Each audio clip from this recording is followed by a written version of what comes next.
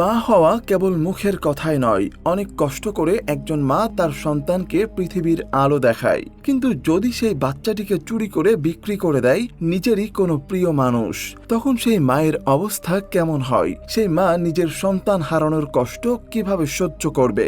সে কি শেষ পর্যন্ত নিজের হারানোর সন্তানকে ফিরে পাবে? এমনই একটি গল্প নিয়ে নির্মিত রক্ত রহস্য মুভিটি এমন একটি কাহিনী নিয়ে নির্মিত যা প্রত্যেকের একবার হলেও দেখা উচিত। তো চলুন বেশি কথা না বলে সরাসরি চলে যায় মূল গল্পে। মুভির শুরুতেই দেখা যায় বোরকা পরা একটি মেয়ে ঔষধ কিনতে একটি দোকানে এসেছে, আর সেখানে থাকা একটা মহিলা অঙ্কিতা বলে তাকে ডাক দেয়। অঙ্কিতার নাম শুনে সেই মেয়েটি দোকান থেকে তাড়াহুড়ো করে বেরিয়ে যায়, কিন্তু একটি ডরির নিচে চাপা পড়ে মারা যায়। মুভির দৃশ্য পরিবর্তন হয়। এখানে আর যে স্বর্ণজাকে দেখা যায় তার কাছ থেকে একটি ছোট্ট বাচ্চা ফোন করে জানতে চাই, তুমি কি বলতে পারবে ভগবানের কাছে চিঠি পাঠাবো কি করে? এমন প্রশ্নে স্বর্ণজা কিছুটা অবাক হয়ে যায়, তবে কিছু বলার আগেই হুট করে লাইনটা কেটে যায়। কিছু সময় পর দেখা যায় ওই বাচ্চাটি খেলতে গিয়ে চোট পায়। তাকে ফার্স্ট এইড দিতে একজন জুনিয়র ডাক্তার আসে, বলে ম্যাডাম ব্লাড ব্যাংকে এবার পরক নামের একটা ছেলে রেজিস্টার করে দিন, না হলে পরবর্তীতে বেশি কোনো আঘাত পেয়ে যদি রক্তক্ষরণ হয় তাহলে তাড়াতাড়ি রক্ত পাওয়াটাও অনেক কঠিন হয়ে যাবে। স্বর্ণজা সবসময় উপকার করে বেড়ায়, সে কখনো কারো দুঃখ কষ্ট দেখতেই পারে না। তবে স্বর্ণজার সাথে ছোটবেলায় একটা মর্মান্তিক ঘটনা ঘটে যায়। যখন স্বর্ণজা ছোট ছিল তখন তার মায়ের দ্বিতীয়বার গর্ভধারণের সময় একটি সড়ক দুর্ঘটনা ঘটে, আর এতেই তার বাবা আর পেটে থাকা বাচ্চাটি মারা যায়। অনাগত বাচ্চাটির জন্য স্বর্ণজার মা অনেক ভালোবেসে একটি লাল সোয়েটার বুনিয়েছিল, কিন্তু একই সাথে স্বামী আর বাচ্চাকে হারানোর শোক স্বর্ণজার মা সহ্য করতে পারে না, তাই সে আত্মহত্যা করে নেয়। বর্তমানে স্বর্ণজা একটি প্রোগ্রাম চালায়, সেটির নাম ছিল যা ইচ্ছা তাই। সে এখন তার দিদিমার সাথে থাকে, আর তাদের বাড়িতে কাজ করার জন্য একজন মহিলাও থাকে, আর তার ছেলে বাবাও স্বর্ণজাদের সাথেই থাকে। এরপর দেখা যায় তাদের ফ্যামিলি ডাক্তার কাকা, তার নাম হলো ডাক্তার বর্মন, প্রতি 3 মাস অন্তর অন্তর স্বর্ণজার রক্ত সংগ্রহ করতে আসে। টেস্ট করে এসে বলে তোমার ব্লাড প্রেশার অনেক লো দেখাচ্ছে, এবার তুমি যোগা ক্লাসে ভর্তি হয়ে যাও। আসলে স্বর্ণজার ব্লাড গ্রুপকে গোল্ডেন ব্লাড বলা হয়, আর সেটা অনেক কমই পাওয়া যায়। আর এই গোল্ডেন ব্লাড গ্রুপের সাথে সাথেই স্বর্ণজার একটা গোল্ডেন হার্টও রয়েছে। এটা স্বর্ণজার সাথে যারা থাকে তারা সবাই জানে, কারণ স্বর্ণজা কারো কষ্টই দেখতে পারে না। যেমন অফিসের লিফটে যদি ওভারওয়েট হয়ে যায় স্বর্ণজা সেখান থেকে রোজ নেমে যায়, তেমনি একজন দোকানের চায়ের দোকান ঠিকঠাক মতো চলতো না, স্বর্ণজা সেটা বুদ্ধি করে বেচা কেনার ব্যবস্থা করে দিয়েছিল। স্বর্ণজা তার সে ডাক্তার কাকুর মতোই একটা যোগা ক্লাসে ভর্তি হয়ে যায়, আর সেখানেই তার সাথে সাম্য নামের একটা ছেলের দেখা হয়। সাম্য আবার কিছুটা হাতের রেখা গণনা করে বলতে পারে, আর আস্তে আস্তে সাম্যর প্রতি সে দুর্বল হয়ে যায়। সাম্য স্বর্ণজার হাত দেখে এমন কিছু বলে দেয় যা স্বর্ণজার জীবনে সত্যি ঘটেছে। স্বর্ণজা মনে মনে শ্যামকে ভালোবাসতে শুরু করে। আস্তে আস্তে দুজন দুজনের প্রায় কাছাকাছি আসতে শুরু করে, একসাথে ঘুরে বেড়ায়, এমনকি স্বর্ণ মুখ ফুটে সাম্যকে মনের কথাটাও বলে দেয়। কিন্তু সাম্য কিছু বলার আগেই তার ফোনটা বেজে ওঠে, আর স্বর্ণজা তার ফোনের স্ক্রিনে ওয়াইফ নাম লেখাটি দেখতে পায়। এটা দেখে স্বর্ণজার আর কিছুই বুঝতে বাকি থাকে না, তার চোখ ভরে জল চলে আসে, আর গাড়ি থেকে বেরিয়ে স্বর্ণজা তার বাড়িতে চলে যায়। তারপর স্বর্ণজা সাম্যর সাথে কথা বলাই বন্ধ করে দেয়। সাম্য অনেক চেষ্টা করলেও স্বর্ণজা ঠিকঠাক মতো কথা বলতে পারছিল না। হঠাৎ একদিন স্বর্ণজার ফোনে একটা অচেনা নাম্বার থেকে কল আসে। ওপাশ থেকে একটা মেয়ে বলে আমি খেয়া, সাম্যের স্ত্রী। তারপর সে স্বর্ণজাকে একবার দেখা করার জন্য অনুরোধ করে, এতে স্বর্ণজাও রাজি হয়ে যায়, তবে সাথে করে বাবাইকেও নিয়ে যায়। তারপর স্বর্ণজা দেখে সাম্যের স্ত্রী হুইল চেয়ারে বসে আছে, আর সে বলে 10 বছর আগে একটা দুর্ঘটনার পর থেকেই এমন অবস্থা হয়েছে তার। আর খেয়ায় প্রথম থেকে সাম্যকে স্বর্ণজার সাথে সময় কাটানোর জন্য বলছিল। এসব শুনে আবার স্বর্ণজার মনটাও আরো নরম হতে শুরু করে। তারপর থেকে খেয়ার সাথে স্বর্ণজার খুব একটা ভালো বন্ধুত্ব হয়ে যায়, আর তারা দুজনে একসাথে প্রায় সময় কফি শপে যায়। হঠাৎ একদিন সাম্য স্বর্ণজাকে ফোন করে বলে তোমার সেই ডাক্তার কাকুর নাম্বারটা একটু আমাকে দাও। স্বর্ণজা কারণটা জিজ্ঞেস করলে বলে খেয়া সুইসাইড করার চেষ্টা করছে। এটা শুনে নাম্বারটা দিয়ে দেয়, আর নিজেও সাম্যের বাড়িতে চলে আসে। সেখানে গিয়ে স্বর্ণজা জানতে পারে খেয়া সেই অ্যাক্সিডেন্টের জন্য আর কোনোদিন মা হতে পারবে না। তারপর খেয়া আর সাম্য অনেক কষ্ট করে একজন সারোগেন মাদার খুঁজে পেয়েছিল, কিন্তু যে মেয়েটি সারোগেন মা হওয়ার জন্য রাজি হয়েছিল সে এখন আমাদেরকে ফোন করে বলে সে আর আমাদের বাচ্চার জন্ম দিতে পারবে না, কারণ তার পেটে এখন নিজেরই বাচ্চা রয়েছে। আর এটা শুনে খেয়া সুইসাইড করে নিয়েছে। খেয়ার কাছে গিয়ে স্বর্ণজা দেখে সে একটি লাল সোয়েটার বুনে রেখেছে তার বাচ্চার জন্য। আর এটা দেখে স্বর্ণজার নিজের মায়ের কথা মনে পড়ে যায়, আর এতেই স্বর্ণজার মন গলে যায়। আর এবার সে সব থেকে বড় একটা সিদ্ধান্ত নিয়ে নেয়, আর বাড়িতে এসে সবাইকে বলে যে খেয়া আর সাম্যের বাচ্চাকে নিজে জন্ম দেবে। এই কথা শুনে কেউ স্বর্ণজাকে সাপোর্ট করে না। স্বর্ণজা সবার বিপক্ষে গিয়ে এই সিদ্ধান্ত নেয়। এরপর দেখতে দেখতে 9টি মাস কেটে যায়, আর স্বর্ণজা একটি সুন্দর ছেলের জন্ম দেয়। তবে বাচ্চার বয়স 2 মাস হলেই খেয়া আর সাম্য বাচ্চাটিকে নিয়ে যাবে, এটাই তারা বলছিল। এরপর 2 মাস কেটে যায়, কিন্তু সেদিন সাম্য আর খেয়া খাওয়া দাওয়া করে তারপর বাচ্চাটিকে নিবে বলেছিল।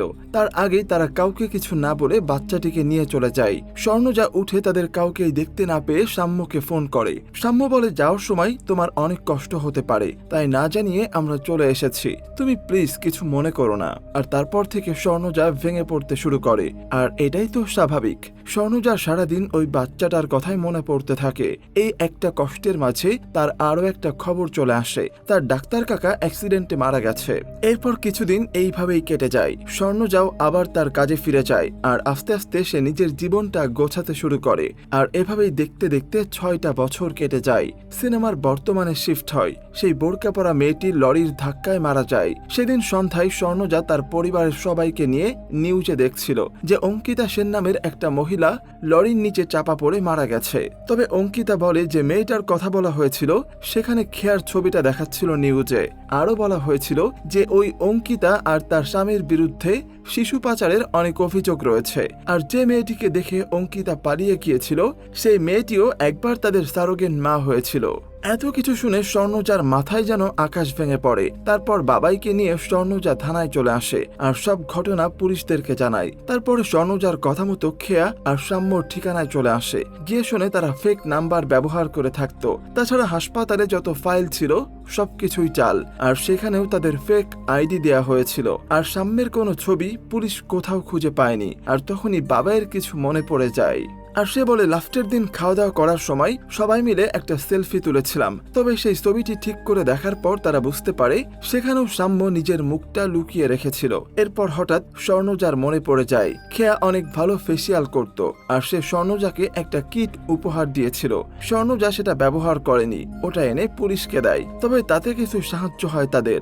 এরপর একদিন রাতের বেলা সবাই ঘুমিয়ে আছে, তখনই মাস্ক পরা কেউ স্বর্ণজার বাড়িতে ঢুকে পড়ে আর তার রুমে চলে আসে। এরপর তার উপরে কিছু একটা দিয়ে আঘাত করতে চায়, কিন্তু বাবাইয়ের ঘুম ভেঙে যাওয়ায় সেই লোকটাকে দেখে ফেলে আর পেছন থেকে এসে লোকটাকে থামানোর চেষ্টা করে। তখন লোকটি বাবাইয়ের ঘাড়ের পাশে ইনজেকশন পুশ করে দেয়। তবে ধস্তাধস্তির সময় বাবাই খেয়াল করে ওই লোকটির গালে সোনার একটা চেইন আর হাতে একটা সূর্যের ট্যাটু আছে। তারপর দিন স্বর্ণজা থানায় যায় ইন্সপেক্টরের সাথে কথা বলতে। তখন ইন্সপেক্টর তার বাড়ি থেকে আনা টিফিন থেকে স্বর্ণজাকে ভাতের বক্সটা দেয় আর বলে, এটা তুলেই পাঞ্জি চাল, এটা আমাদের দেশের বাড়িতে হয়, খেতে খুবই সুস্বাদু। আর এই তুলাই পাঞ্জা চালের নাম শুনে স্বর্ণজার মনে পড়ে যায় খেয়াও এর কথা বলেছিল। একদিন খেতে খেতে খেয়া বলছিল, এটা তুলাই পাঞ্জি চাল, তাই না? আমি এই চাল খেয়েই বড় হয়েছি। এসব কথা শুনে পুলিশ বলে, এমন কথা তো শুধুমাত্র রায়গঞ্জের মানুষ বলতে পারে। তারপর বাড়ি ফিরে স্বর্ণজা রায়গঞ্জে যাওয়ার জন্য তৈরি হতে শুরু করে। বাবাইও তার সঙ্গে যেতে চায়, যদিও স্বর্ণজা তাকে নিতে চায়নি। তবুও জোর করে বাবাইয়া তাদের সঙ্গে চলে যায়। রায়গঞ্জে অনেক খোঁজাখুঁজি করে তারা একটা বাড়িতে আসে আর খোঁজ নিয়ে জানতে পারে খেয়ার আসল নাম হলো রাবিয়া খাতুন আর সাম্যের নাম হলো সুশীল। তারপর তারা রাবিয়ার মায়ের সঙ্গে কথা বলে। তখন সে জানায় একদিন রাতে সুশীলের পায়ে গুলি লাগা অবস্থায় তারা বাড়িতে আসে। তবে ডাক্তার না দেখিয়েই তারা নিজেরাই নিজের পায়ে চিকিৎসা করতে থাকে। তার কারণ হলো সুশীল অ্যালোপ্যাথি চিকিৎসা নিতে ভয় পায়, কিন্তু বাইরে থেকে এনে কি যেন একটা খেত।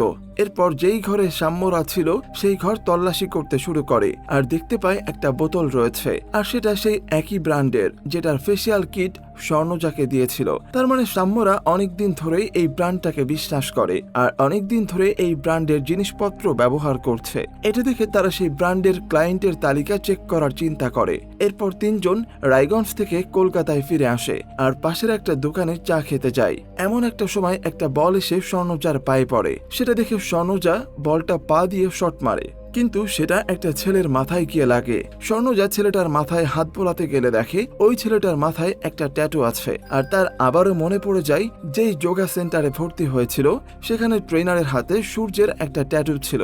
আর তারপরে সবাই মিলে ওই ট্রেনারকে খুঁজতে থাকে। এক পর্যায়ে অনেক চেষ্টার পর তারা তাকে ধরে ফেলে আর পুলিশ তাকে অনেক মারধর করে। আর লোকটা বলে সে বাচ্চা পাচারের ব্যাপারে তেমন কিছুই জানে না, শুধু স্বর্ণজার ফ্যামিলি ডাক্তার তাকে বলেছিল যোগা সেন্টারে সাম্যর সাথে স্বর্ণজার পরিচয় করাতে। আর তাছাড়া 3 মাস পর পর স্বর্ণজার যে রক্তটা নিত সেটা অনেক দামে বাইরে তারা বিক্রি করত। তার কারণ হলো স্বর্ণজার গোল্ডেন ব্লাড, আর এমন রক্ত পৃথিবীতে হাতে গোনা কয়েকজনেরই আছে। আর তাই এই রক্ত নিয়ে বিদেশিরা এক্সপেরিমেন্ট করে, এই কারণেই এই রক্ত এত দামি। আর স্বর্ণজার এই ব্লাড রিপোর্ট দেখে এক বিদেশি তাদেরকে অফার করে যে স্বর্ণজার কাছে তারা একটা কাপল পাঠাবে আর স্বর্ণজাকে সারোগেট মা হতে হবে। এসব কথায় যদিও ডাক্তার বর্মন প্রথমে রাজি হয়নি, কিন্তু তখনই সেই এজেন্ট তাদেরকে ভয় দেখায় যে তাদের এই রক্ত বিক্রি করার কথা সবাইকে বলে দেবে আর তার প্রাণনাশের হুমকি দেয়। আর তার জন্য ডাক্তার বর্মন রাজি হয়ে যায়। আর স্বর্ণজার গর্ভে যে সন্তানটি ছিল তারও একইভাবে একই রক্ত হয়েছে, গোল্ডেন ব্লাড।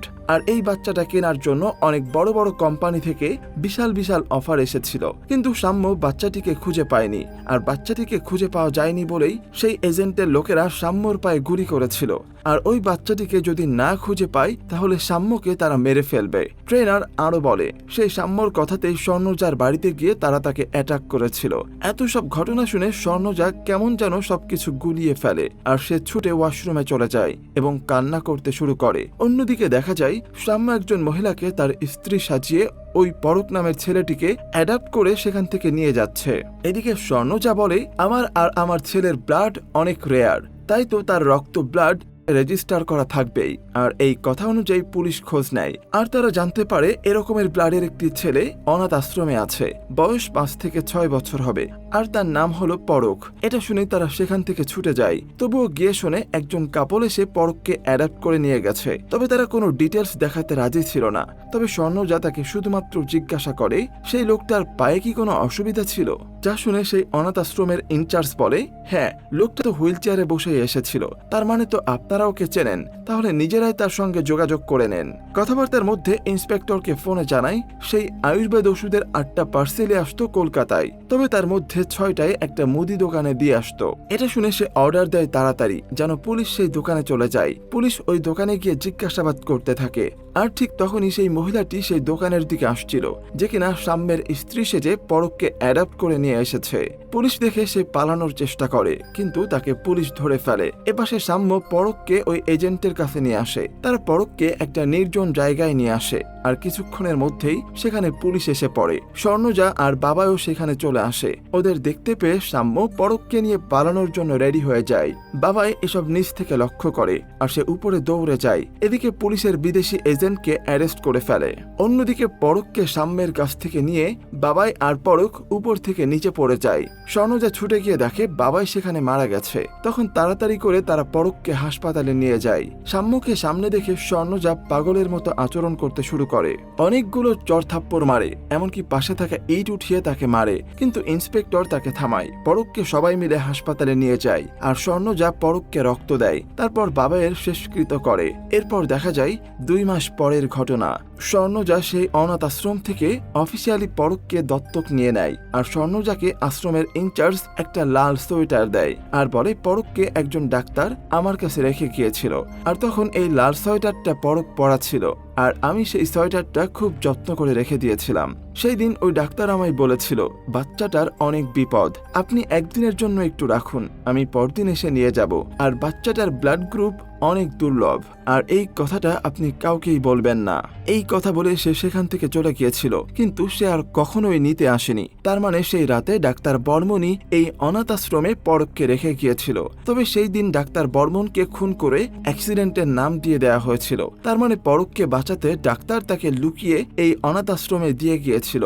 এরপর অনাথ আশ্রম থেকে স্বর্ণজা পরককে নিয়ে যায় আর এখানেই এই অসাধারণ মুভিটা শেষ হয়ে যায়। তো বন্ধুরা, কেমন লাগলো আমাদের আজকের এই গল্পটি অবশ্যই কমেন্ট করে জানাবেন। আর হ্যাঁ, চ্যানেলে নতুন হয়ে থাকলে অবশ্যই সাবস্ক্রাইব করে রাখবেন। ধন্যবাদ।